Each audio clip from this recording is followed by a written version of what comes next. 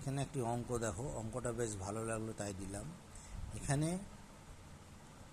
দুধের দামটা দিয়েছে, বলছে প্রতি লিটার দুধের দাম 16 টাকা 50 টাকা, 16.50 টাকা।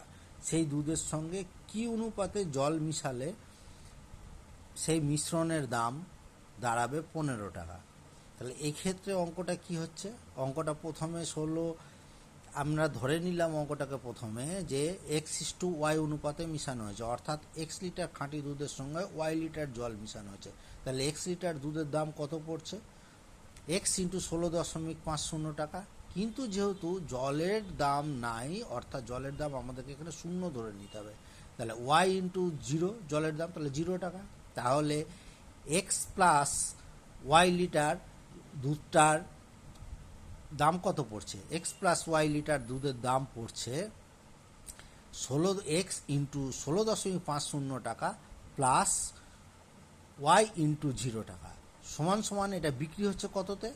15 টাকা প্রতি লিটারের মিশ্রণটা, অর্থাৎ সমান সমান হচ্ছে X প্লাস Y × 15। এই হচ্ছে সমীকরণ। এখানে X:Y অনুপাতে করলে খুব সহজেই হয়ে যাবে। এখানে এই জলের দামটা শূন্য ধরে নিতে পারলে আমাদের অঙ্কটা সহজে হয়ে যাবে।